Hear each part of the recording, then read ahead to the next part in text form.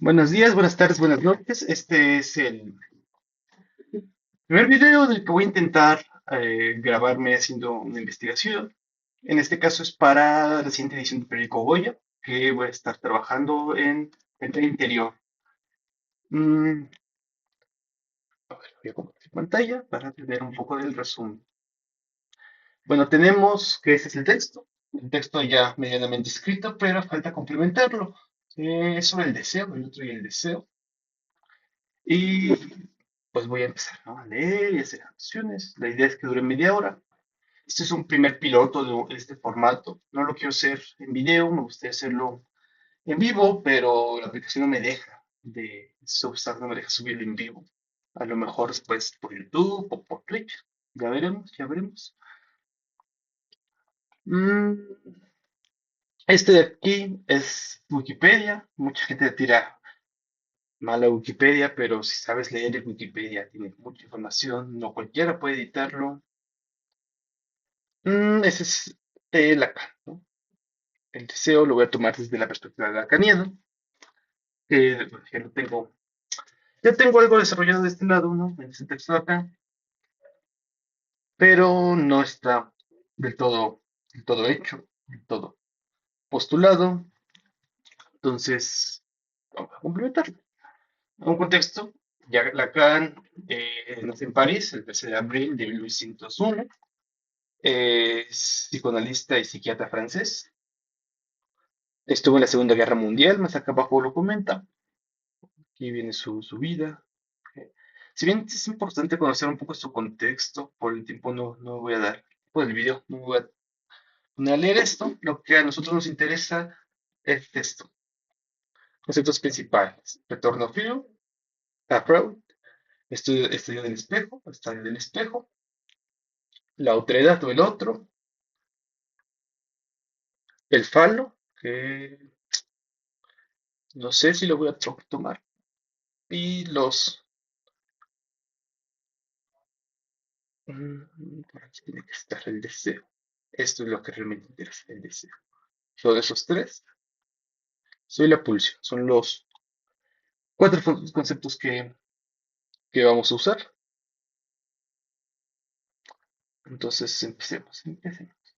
Primera parte, la que primero vamos a consultar, es el estadio del espejo. Bueno, hay que intentar el retorno a Freud, pero lo que a nosotros nos interesa es el estadio del espejo. La primera contribución oficial de Lacan al psicoanálisis fue el estadio del espejo, que es este texto. Este viene de otro texto principal, que se llama así, Estadio del Espejo, que es, que es este de aquí. Mm, Dice el estadio del espejo, es un concepto de la teoría del psicoanálisis de Lacan que designa una fase de desarrollo psicológico del niño comprendida aproximadamente en los 6 y los 18 meses de edad. Se trata de aquella etapa en la cual el niño o la niña se encuentra por primera vez capacitado para percibirse, o más exactamente para percibir su imagen corporal completamente en el espejo. En esta fase, de acuerdo a la teoría lacaniana, se desarrolla el yo como instalación de la psique. Aunque el fenómeno fue estudiado con anterioridad, Lacan, quien nacía en 1935-1966, apunta a las implicaciones del estadio del espejo. Eh, Lacan toma como base la prueba del espejo, que elaborado por este señor, Henry Lowell, que la del espejo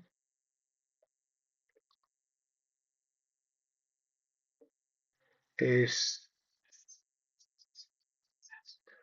eh, la prueba del espejo. Está en español, aunque a lo mejor vamos a tener que ir en inglés. Mm, Dios. Mm, Vamos aquí. Que es tomado por ese señor, ¿no? William Henry. Propone el estudio del espejo como una combinación de posiciones en el sentido kleniano y el sentido y estadio en el sentido freudiano. Entre Klein y Freud. Así que la noción de estadio deja de estar ligada a las ideas de estadio propuestas por Wallon y adquiere una dimensión de operación psíquica, incluso ontológica, mediante la cual se constituye el ser humano identificando como su semejante. O sea, es el proceso en el que un ser humano se identifica un igual en el otro, ¿no? Su semejante. Lacan presenta por segunda vez el concepto en el siglo XV, en el siglo XIV, de la Asociación Psicoanalítica Internacional, la IFA, en la celebración de Marx. El estadio de espejo, la constitución del yo, se da mediante el proceso de identificación resultante con la identificación propia de la imagen especular.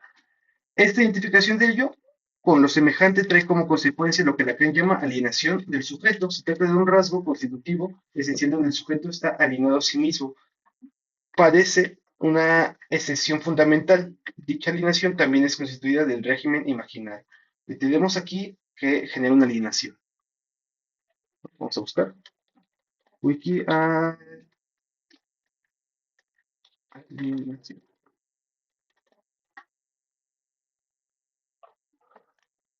Wikifree.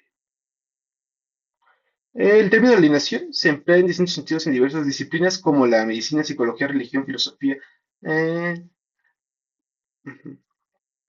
Los conceptos de alienación refieren a algo ajeno a sí mismo que el sujeto ya no controla, o un bien que se externaliza. Etimología deriva del latín alienaus, alejamiento, privación, procedente a su vez del alienus, propio del otro. Para psicología, se trata en este caso de un estadio mental que se caracteriza por una pérdida del sentido de la propiedad identidad. Se pierde la identidad, esto es de la autoconocimiento y autorreferencia, pues la identidad ego será facultado por considerar algo ajeno.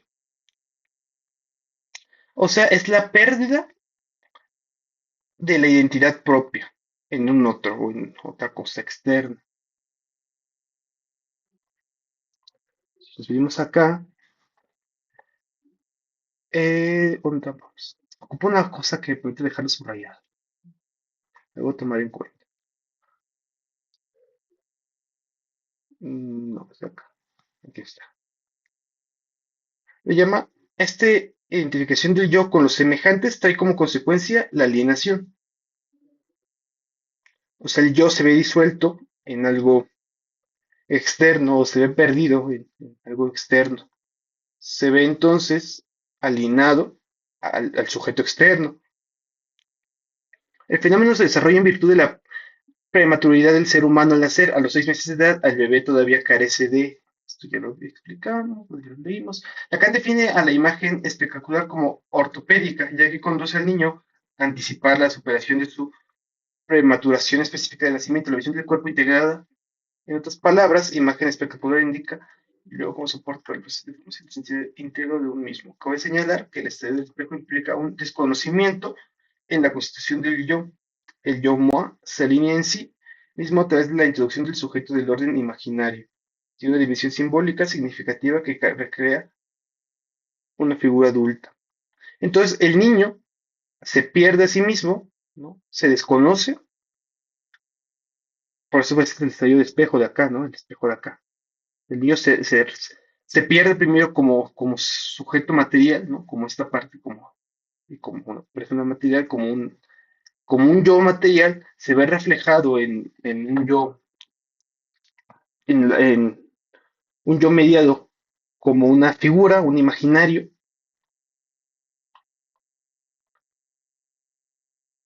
no se alinea a esta idea, a este yo imaginario, y que le permite madurar, o le permite crecer. Cuando el niño asume un júbilo, la imaginación como propia vuelve la cabeza hacia el adulto, que representa el otro, el gran otro, como para pedirle que rectifique esta imagen. Entonces, después el niño pide que esta imagen que él genera, que en el espejo que se genera a sí mismo, que busca hacerse mayor, busca reafirmarla en un otro adulto. Esto nos lleva justamente al tema del otro. El otro, según Freud, aquí hay una cita de su seminario 3, la psicosis, señala que siempre hay que compromiso del sujeto, lucha virtual en la cual el organismo esté siempre latente en todo lo que es el orden del testimonio, pues con sencilla razón, como el punto de partida de esta dialéctica es vía la inmersión en el otro. Eh, Lacan a menudo usa una simbología algebraica para representar sus conceptos. El gran otro, autre, se designa como A mayúscula. El pequeño otro, autre, con A minúscula. Para Lacan es fundamental tener en cuenta esta distinción en la práctica analítica. El análisis debe estar totalmente imbuido en la diferencia de A mayúscula y A minúscula para poder sustituirse en lugar del otro y no en el del otro. En tal sentido, Evans explica que entonces hay una A mayúscula, alguien superior, y una A minúscula, ¿no? Que permite verse en el otro. Eso es importante. Situarse en el otro y no en el del otro. No se sitúa en el lugar del otro, pero regresa al yo. No se queda en el otro. El pequeño otro es el otro que no es realmente otro, sino un reflejo, una proyección del yo. Agrega que por esta razón el símbolo A minúscula representa tanto el pequeño otro como el yo. El esquema L a su vez es semejante y la imagen espectacular. Por lo tanto, el pequeño otro está totalmente inscrito en el registro imaginario, que es este, ¿no? Hay un, hay un yo, que sería, creo que creo que es que se ve reflejado, no, este es el, sí, aquí hay un otro que se proyecta entre, bueno, vamos a acabar de leer y explico. El gran otro designa la alteridad radical, la alteridad que trasciende la ilusoria de lo imaginario, porque no puede asimilarse a través de la identificación. El gran otro, A mayúscula, está escrito en el orden simbólico, ya que Lacan equipara esta alteridad radical al lenguaje y a la ley. Evans también observa que el gran otro es lo simbólico en la medida que es espectacularizado es está particularizado por cada sujeto. El otro es entonces otro sujeto, es su alteridad radical, singular, inasimilable. Y también el orden simbólico que medía la relación con ese otro y sujeto. Entonces, la A mayúscula es una especie de otro externo, ¿no? Es un otro que no es reconocible con yo, es alguien más, alguien diferente, completamente diferente, lo que no puede ser asimilado por mi yo. La A minúscula, en contraparte, que son estas dos de acá, es la mediación entre que mi sujeto, mi yo, va a generar del otro y cómo el otro se percibe que yo lo percibo. Esa es la diferencia. Para Lacan, el otro debe ser considerado primero como un lugar, el lugar donde se constituye la palabra, el otro como sujeto, es secundario el otro como orden simbólico. Él habla de que primero viene el símbolo del otro, pues para yo percibir al otro primero tengo que hablar en un sentido simbólico y después en un sentido de sujeto. Esto está. Podemos hablar del otro como un sujeto en un sentido secundario cuando el sujeto ocupe esta posición y por lo tanto encarne al otro para otro sujeto. Al sostener que la palabra no se origina ni en el yo ni en el sujeto, sino más bien en el otro, Lacan resalta que el habla y el lenguaje está más allá del control consciente del sujeto, y en este lugar fuera de la conciencia, de modo que el inconsciente es el discurso del otro. En otras palabras, o en palabras más sencillas, el lenguaje no se surge en el yo ni en el otro, sino surge en esta relación en que cómo nos percibimos mutuamente. Puesto que es la madre que primero ocupa la posición del gran otro yo para el niño, y es que ella, quien recibe el llanto y los gritos primitivos de la criatura, retroactivamente los sanciona como mensaje particular. El complejo de castración se forma cuando el niño descubre que ese otro no es completo, ya que hay una falta, manque, en el otro. Eso significa siempre falta un significante en el tesoro que significa constituido por el otro. Lacan ilustra gráficamente este otro incompleto al tacharlo con una barra simbólica A, porque el nombre adicional para el otro o castrado o incompleto es el otro borrado. El otro, aquí tendríamos que entender. que entiende como complejo de castración.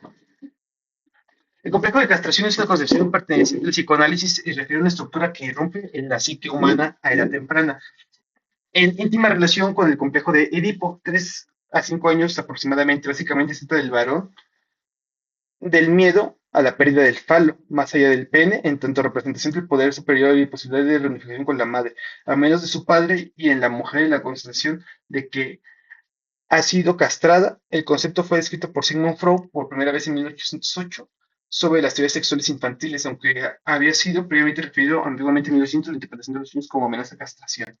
Con esta teoría freudiana, tanto en la mujer como en el varón se establece la premisa fálica. Supone que todo y todos poseen un falo, pero la diferencia anatómica entre los sexos es una realidad objetiva y contradice constantemente ese supuesto. Sin embargo, al menos por un tiempo, la realización de los niños les hace crecer que la diferencia se debe, es más pequeño y no se ve o ya crecerá.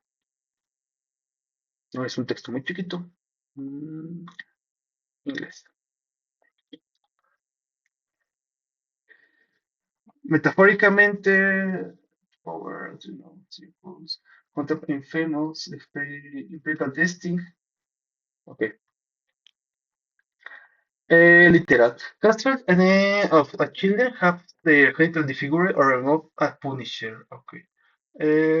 Metaphoric. Castrate any can also refer meaning castral symbolic in the metaphorical sense. Castral is there are skipped dimension symbolic. Castration annexes refers to the fear of being degraded, domination, or made insignificant, usually an irrational fear where the persona will go to external things.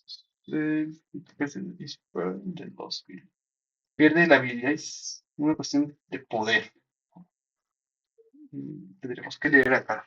El término falo es empleado muy pocas veces en la obra de Freudiana y es utilizado a menudo como sinónimo de pene. Freud más bien usa con mayor frecuencia el adjetivo fálico o fálica, como el caso de la expresión fase facial, sin hacer una distinción rigurosa entre un falo y pene. El término también está presente en su teoría del labio, labitio, esencialmente masculina, y en la doctrina sexual femenina de diferencia de los sexos. Lacan, en cambio, suele emplear el término falo y no pene para remarcar que la teoría psicoanalítica no está interesada en el organismo genital masculino ni en su realidad biológica, sino en el papel del organismo que desempeña en el fantasma. De ahí que el término falos se refiere para funciones imaginarias simbólicas, para el órgano biológico. La teoría lacaniana, el término falo adquiere un lugar de importancia a partir de medios de la década del 15, el en el significante mismo del deseo, por lo que en sus seminarios será evocada en la primera instancia como falo imaginario, luego como falo de la madre y finalmente con la idea de falo simbólico. El falo también tiene un rol fundamental en el complejo de Edipo y en la teoría de defensa sexual. Mm, Veamos. Vamos más allá. El Egipto, antigua Grecia.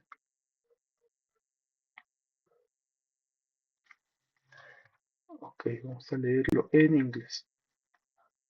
Está muy corto en España, que nos interesa. Vamos a traducirlo. Para una cobertura más amplia de este tema, véase Emilian Durkheim y Klaus Lewis. La versión simbólica del falo, un símbolo fálico, está destinada a representar los poderes generativos masculinos. Según la teoría del psicoanálisis de Sigmund Freud, mientras que los hombres poseen un pene, nadie puede poseer el falo simbólico. Nadie puede poseer, o sea, hay una diferencia entre el falo, sí, que es lo que decía acá, ¿no? El falo real y el falo simbólico, ¿no? Que es la diferencia que decía el texto. En Gentry explora y en Buttel el discurso de Freud y Lacan sobre el falo simbólico señala que la conexión entre el falo y el pene escribe: la ley requiere conformidad con su propia noción de naturaleza. Gana su legitimidad a través de la naturalización binaria y asimétrica del cuerpo, en el que el falo, aunque claramente no es idéntico al pene, despliega el pene como su instrumento y signo natural. Explora más a fondo la posibilidad de que el falo, en su discurso sobre el falo lésbico, si, como señala Freud, enumera un conjunto de analogías y situaciones que afirman retóricamente la transferencia fundamental del falo. en otro lugar. Entonces, cualquier cantidad de otras cosas podrían llegar a sustituir el falo. Ok, tenemos un problema. No nos está explicando la diferencia.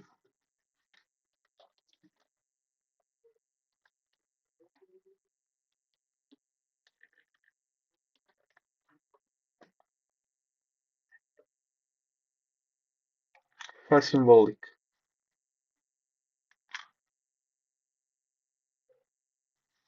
Fa. A ver, está aquí.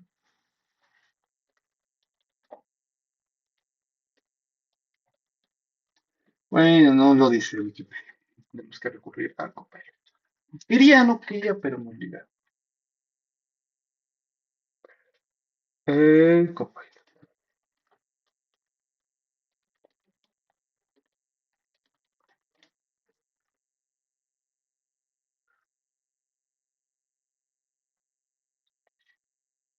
El término falo simbólico en la teoría de Jacques Lacan es un concepto central que diferencia claramente el organismo lógico, el pene y el falo imaginario.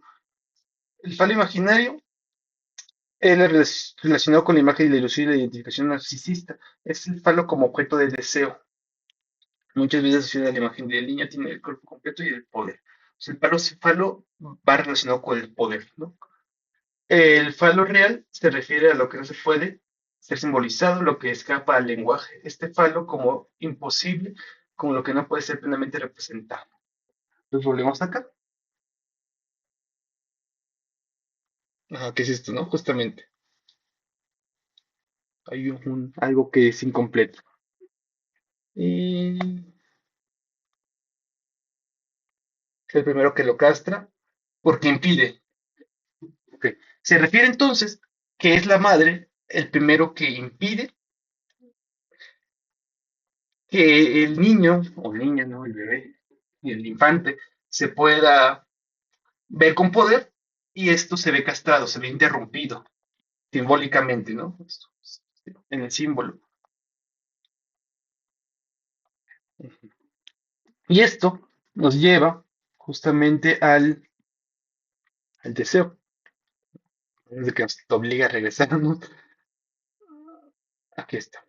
El concepto de lacaniano del deseo de decir está empeñado en el término alemán Wirth, desarrollado por la traducción filosófica a partir de W. Hegel.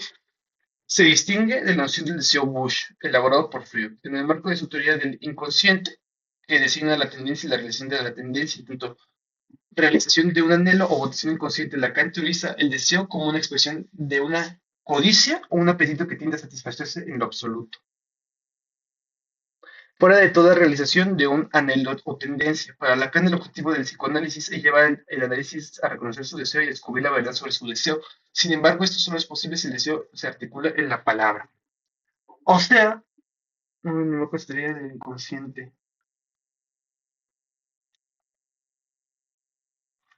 Mm, Ok, hay una diferencia entre el deseo decir, que es lo que usa Lacan, en este caso viene de Hegel, y el deseo Wush de Freud. Para Lacan, entonces, este deseo, el decir, es algo que es inmaterial, que es algo simbólico, que se articula desde la palabra.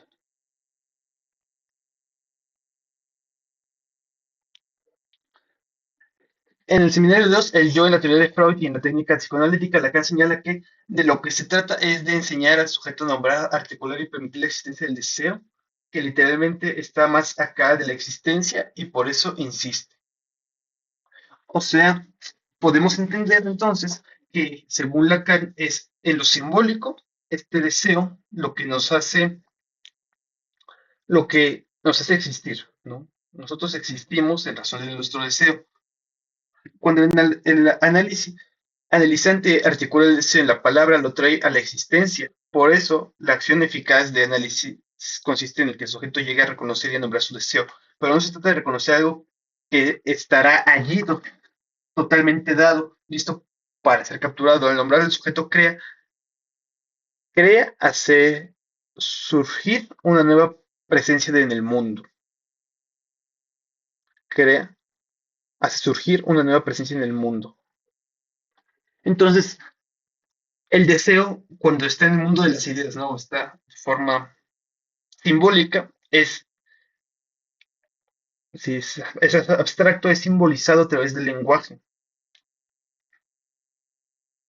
Al nombrarlo, esto se crea y se hace presente en el mundo. Sin embargo, esa articulación del deseo en la palabra se ve limitada por una incompatibilidad del deseo con la palabra, puesto que el inconsciente no puede ser reducido. La verdad sobre el deseo está presente en alguna medida en todo discurso, pero el discurso nunca es capaz de articular toda la verdad sobre el deseo, ya que siempre que intenta articular el deseo queda restos excedentes de que exceden a la palabra.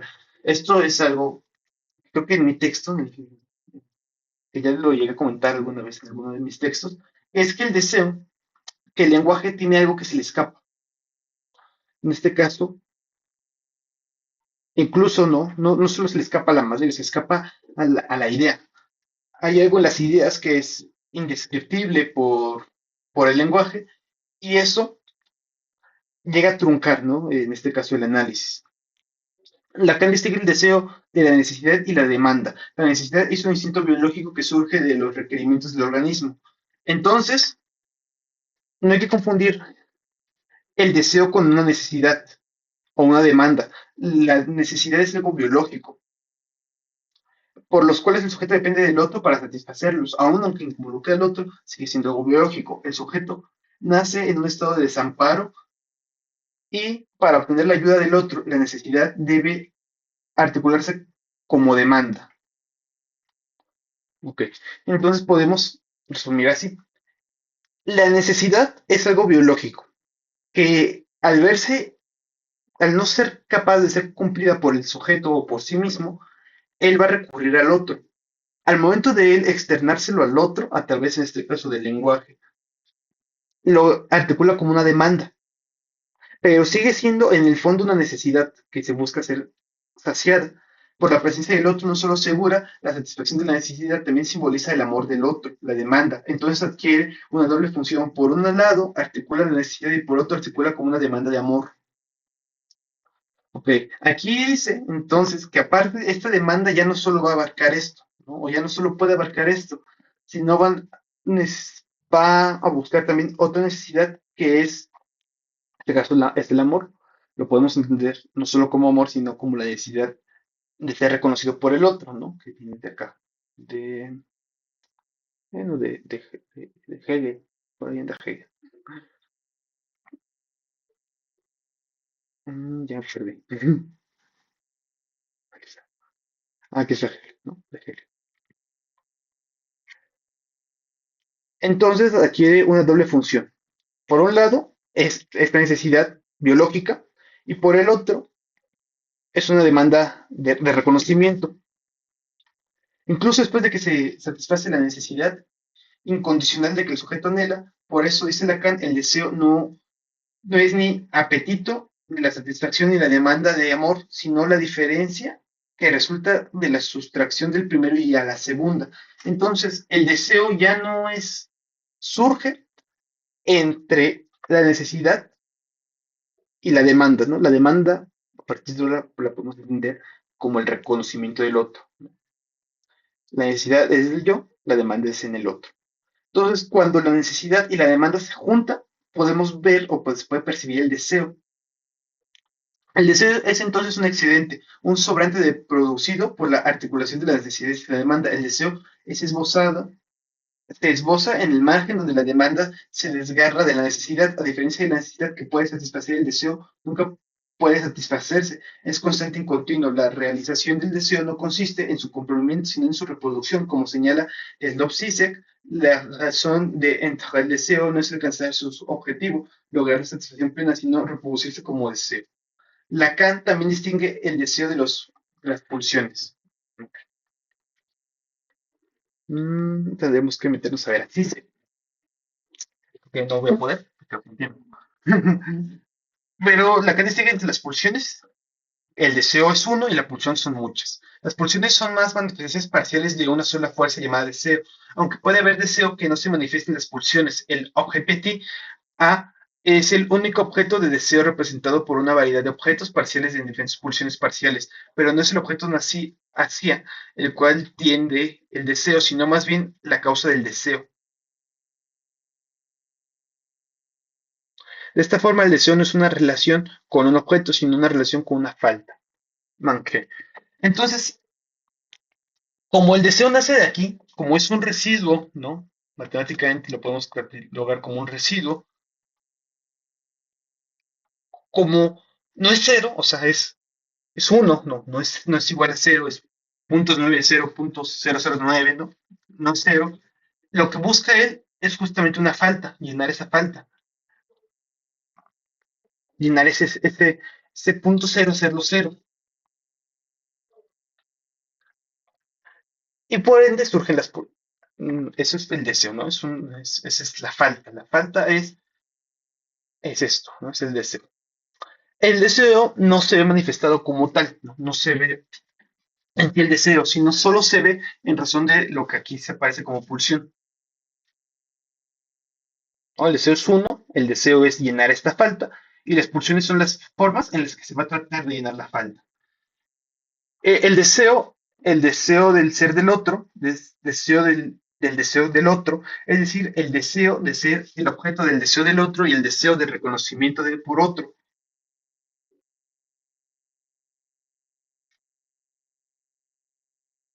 Ok, aquí ya nos habla el texto de que el deseo está en el otro, ¿no? Lo que acabamos de comentar. El deseo es ser deseado por el otro.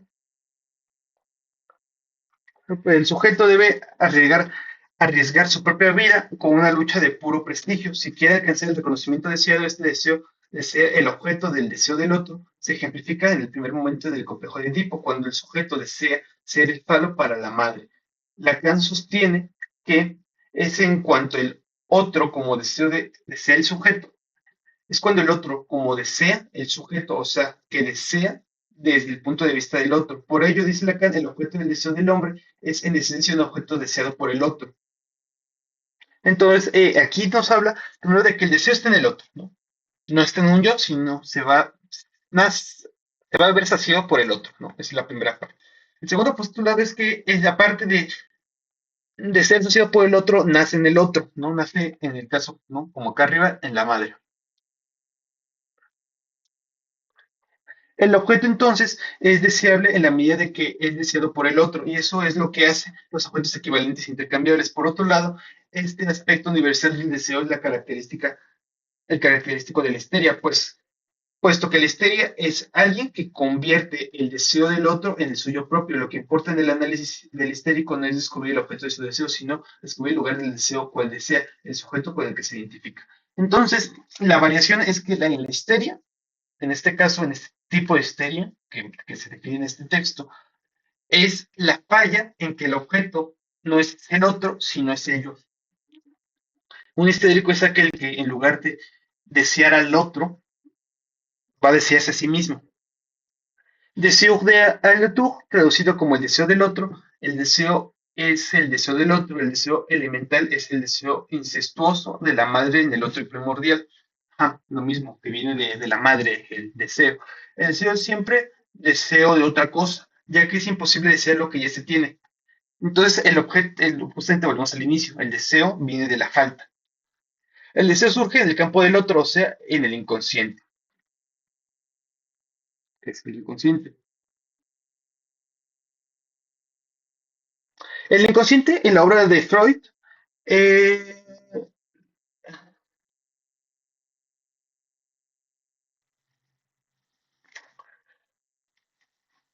utilizó el término inconsciente para designar un concepto en su teoría. Sin embargo, fue el que terminó por convenir la utilización del psique de efecto. Para sí, el inconsciente ya no es una supraconsciencia o un subconsciente situado sobre un más allá de la conciencia. O sea, no está ni abajo ni afuera ni arriba ni abajo de la conciencia. Se convierte realmente en una distancia a la cual la conciencia no tiene acceso. Es solo algo desconectado de la conciencia, ¿no?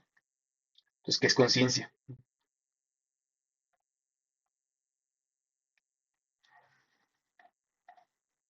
A ver, por aquí.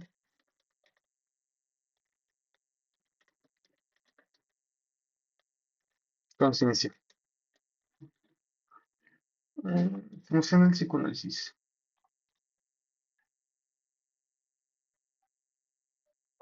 Bueno, la conciencia en psicología implica el deseo de hacer bien una tarea o de tomar en serio las obligaciones.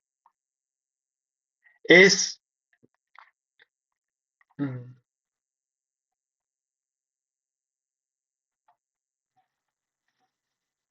ok, es la conciencia es cuando se toma al deseo, ¿no? Se castran, bueno, no, no es que se castran, sino se controla, se instrumentaliza, ¿no? Se parte de, se, se percibe, se entiende y se usa, ¿no? Entonces, el inconsciente, bajo esta idea, es aquello, es el deseo que no es del otro, ¿no? Es el deseo que no es reconocible, que no es percibible. Lacan habla de la pulsión, que es la última parte. Mantiene la distancia de Freud entre la pulsión, trip e instinto inx. Las pulsiones difieren de las necesidades biológicas paralingüísticas designadas por el instinto, porque nunca puede satisfacerse si no puede, no apunta a un objeto, sino que lo rodean perpetuamente. Sostiene que el propósito de la pulsión trisle no es alcanzar una meta gol, sino hacer el propio recorrido AIM, es decir, gira alrededor del objeto. La finalidad de la pulsión es regresar a su camino circular. La verdadera fuente del gozo es el movimiento repetitivo de este circuito cerrado. Lacan define las pulsiones como construcciones culturales y simbólicas, no es un dato primogenio o algo arcaico y primordial, incorpora los cuatro elementos de las pulsiones delimitadas por Freud: el empuje, el fin, el objeto y la fuente. En su teoría del circuito, pulsión despoja el concepto de sus continuas referencias a la energía y a la hidráulica. En su concentración, la pulsión se origina en una zona erogénea. Gira alrededor del objeto y vuelve a la zona erogénea. Es decir, verticales. La voz instrucción, este circuito, la voz activa, la voz repetitiva, la voz pasiva. Entonces, no hay que confundir con el instinto, la pulsión. El instinto es algo biológico, o es una predisposición biológica, mientras que la pulsión es algo cultural, es algo que se va a ir cambiando por él. Es algo que es cíclico, que no busca el fin, sino busca reinsertarse en su inicio, ¿no? Cerrar el círculo. Las voces activas y reflexivas, y existen tres partes de este círculo, que es con estas tres voces que nos da aquí el texto. Las voces activas, que es el primero, y reflexivas, estas son autoeróticas, carecen de sujeto, ¿no? No son del sujeto, sino son externas, no tienen más bien un sujeto. Solo cuando la pulsión completa su circuito del tercer tipo, la voz pasiva, aparece un sujeto nuevo. Esto implica que antes de esa instancia no hay ningún sujeto. Si bien el tercer tipo es el de la voz pasiva, se trata de una pulsión esencialmente activa, hacerse ver en lugar de ser visto. El sujeto de la pulsión únicamente forma el sujeto para transferir el principio del placer. Para Freud, la sexualidad se compone de pulsiones parciales, por ejemplo, expulsiones orales y anales, y cada una de esas especifica una zona erógena diferente. El principio de esas pulsiones parecían funcionar de forma independiente. La perversión poliforme de los niños solo la pubertad se organiza bajo la primación de los órganos genitales. Okay. Entonces, las primeras dos, que me imagino que este es donde surge, no lo dice el texto, pero pues, se puede inferir que en la voz activa es donde va a surgir el deseo, ¿no? O surge por primera vez, o se ve identificado ya la pulsión. La segunda es la forma en la que se va a intentar cumplir. El objetivo de ellas dos es hacer ver al sujeto. Pero el problema es que como el sujeto es externo o es dado por otra persona externa, ¿no? Por todo lo de acá arriba, que es el otro, el motor, no el yo. Cuando cuando se logra, o sea, cuando el otro lo percibe como sujeto, lo percibe como una persona auténtica, ya no busca esto, sino solo busca ser visto. Ya no busca hacerse ver, sino solo busca ser admirado. El problema es que después, pues, llega a ser olvidado, ¿no? O sea, no puedes ver una pintura por más de un segundo, por más de 10 minutos, a menos de que te guste mucho. Pero normalmente no ves algo más de 10 minutos. Tienes que cambiarlo. ¿no? Por mucho tiempo, por un día, no puedes ver algo por un solo día. Entonces, al cambiarlo, se repite el círculo. Lacan identifica cuatro pulsiones parciales: la oral, zonas erógenas labios, objeto parcial seno, verbo chupar; el anal, zona erógena ano; y las heces, cagar. La escopicia, zona erógena ojos, objeto parcial; la mirada, verbo ver; y la invocente, zona erógena los oídos, objeto parcial del verbo oír. Las dos primeras pulsiones se relacionan con la demanda, las dos últimas con el deseo. O sea, el habla, ¿no? El chupar, el cagar y el ver, no, solo esos dos. Cagar y el chupar son, es una demanda, ¿no? Algo natural, es algo que está en el otro, ¿no? Es la demanda de amor. Las últimas son del deseo, que es el ver y es el oír. El deseo entonces quiere ser visto y quiere ser oído, ¿no? Con lo que nos tenemos que quedar. A lo largo de las diversas reformulaciones que hace Freud en su teoría de la pulsión, siempre mantuvo una noción dual desde la pulsión inicial entre las pulsiones sexuales y la pulsión del yo a un autoconservación hasta su concepción final, donde opone las pulsiones de vida. Leibniz, las pulsiones de la muerte, Todisbé. Lacan conserva el dualismo freudiano, pero en términos de oposición entre lo simbólico y lo imaginario, no entre los diferentes tipos de pulsiones. Para Lacan todas las pulsiones son sexuales y cada pulsión es una pulsión de muerte, puesto que cada una de ellas es excesiva, repetitiva y destructiva. Entonces las pulsiones quieren de forma inconsciente o consciente la muerte, ¿no? Quieren acercarse a la muerte. Es curioso que la forma en la que se genera entonces, según Lacan, el goce, no la felicidad es en la muerte. Entre más cerca de la muerte, más pulsión se obtiene.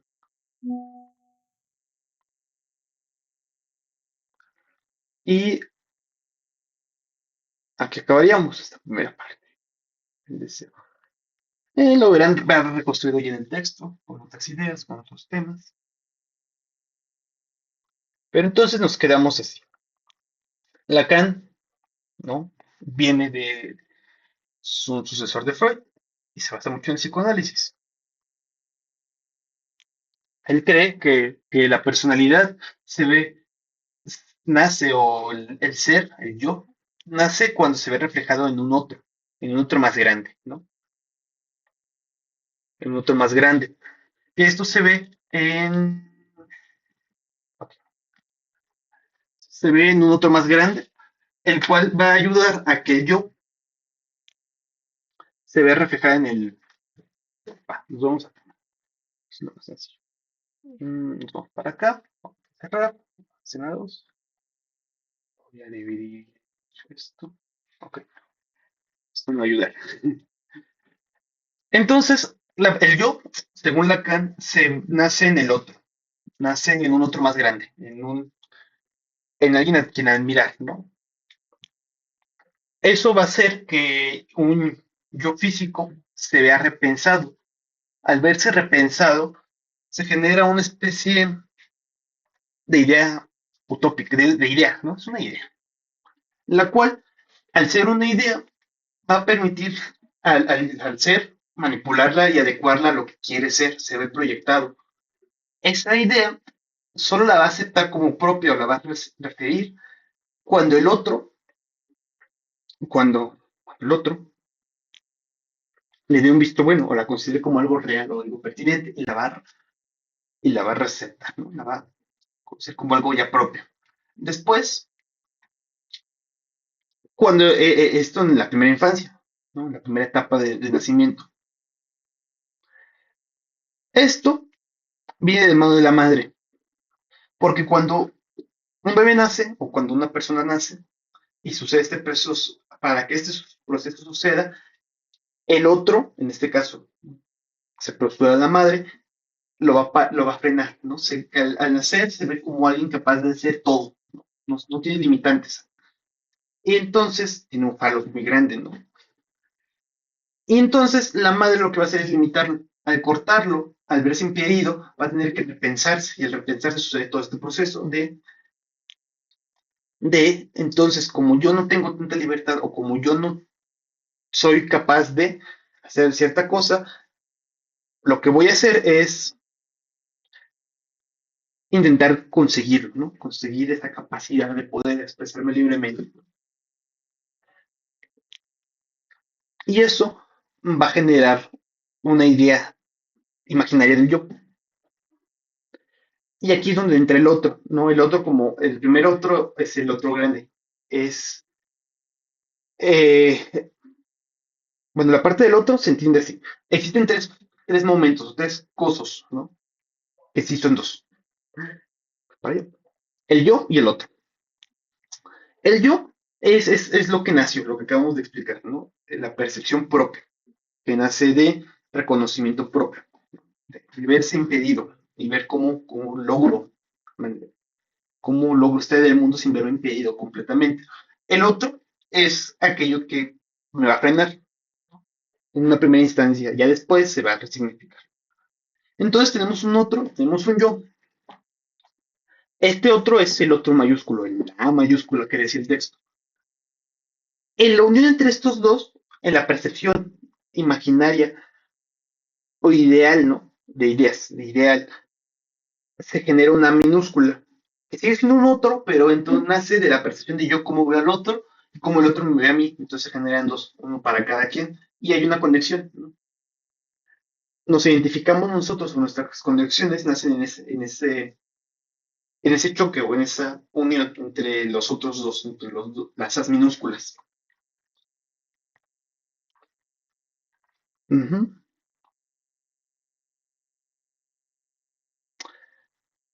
De ahí ya nos podemos ir al deseo como tal. El deseo, en este caso, tiene un total de cuatro o cinco postulados que podemos resumirlo como en tres. Primero, que el deseo no hay que compararlo con la necesidad y la demanda. La necesidad es algo biológico, ¿no? Es algo, yo necesito comer, tengo la necesidad de comer. El problema es que yo no puedo satisfacer propiamente la necesidad de comer, necesito algo más. En la satisfacción, en la externalización de esa necesidad para que alguien más me ayude a satisfacerla, se nace la demanda, porque yo tengo que estructurarlo en el lenguaje para que el otro pueda ayudarme. Además, esta demanda no solo va para allá, sino que también lo que hace es que necesito para satisfacer esta demanda que el otro esté dispuesto a ayudarme, ¿no? Un amor, un reconocimiento en sí de mi necesidad y de mi yo como algo necesario, como algo que necesito. Entonces, hay en esta diferencia, en esta unión de estas dos ideas entre mi necesidad y el reconocimiento del otro, nace el deseo. Que yo esto lo estoy poniendo como una cuestión matemática, ¿no? Esto es algo positivo, esto es algo negativo, viceversa, ¿no? No moral, solo simbólico, ¿no? Solo matemático. Como estos, al igualarse, no dan cero, genera el deseo, que el deseo es un 0,99 que no es cero. Lo que busca entonces el deseo es convertirse en cero. Ujú. Entonces, el deseo es una falta en sí. Busca llenar esa falta. O sea, busca, en la cuestión matemática lo contrario, busca que este número, este 099, se haga cero para que así se vea cumplida, ¿no? Cuando es cumplido se hace cero. Entonces, este deseo, como lo acabo de explicar, nació en el otro, ¿no? Nació en que el otro me reconoció primero y va a intentar satisfacer mi demanda, ni más ni mi necesidad. Como es nacida del otro, o es generado por el otro, quien me lo tiene que satisfacer es el otro, porque como lo diste, entonces tú resuélvemelo. Que en este caso es la madre, o el primero que lo genera es la madre, ¿no? Como objeto coartante.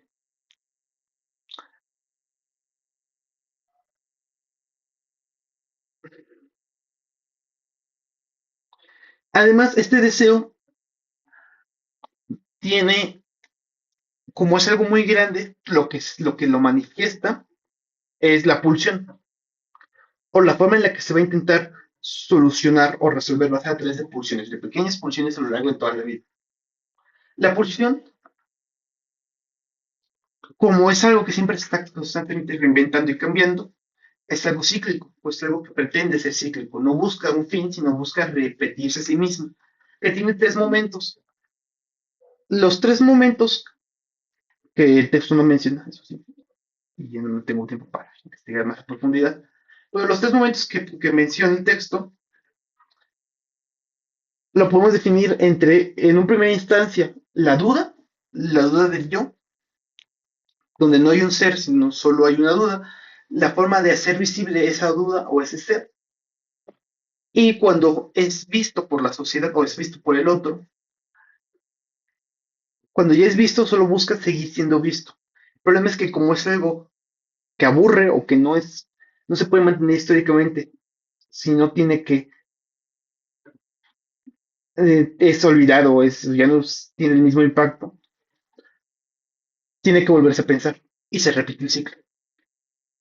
Entonces, esto nos lleva a la siguiente parte, que es la última. En este sentido, es algo erótico intentar, las pulsiones son algo eróticas, es algo que generan placer al momento de ser resueltas. El problema es que existen dos, bueno, existen cuatro tipos de pulsiones en razón en general, que las primeras dos podemos decir que son relacionadas a la demanda, o sea, intentar satisfacer las necesidades biológicas, que esas no nos interesan, y las otras dos que son las pulsiones que van relacionadas al deseo directo. El deseo, que son las formas en las que el deseo puede ser observado o puede ser apreciado, es a través de o ser escuchado o ser observable. Las pulsiones aparte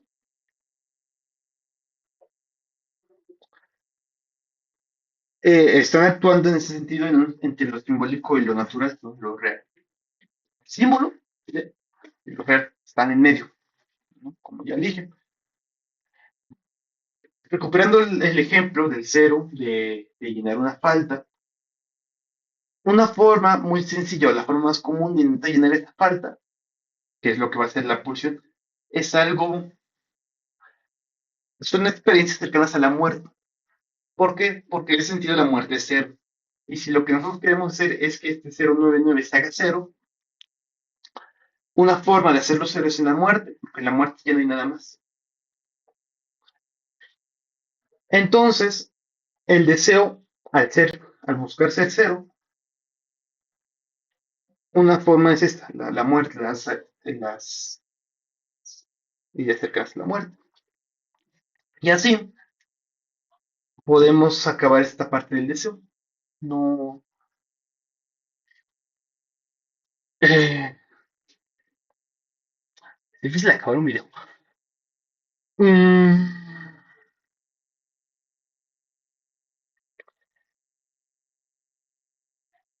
eh, no sé qué hacer después. No sé si voy a seguir el formato.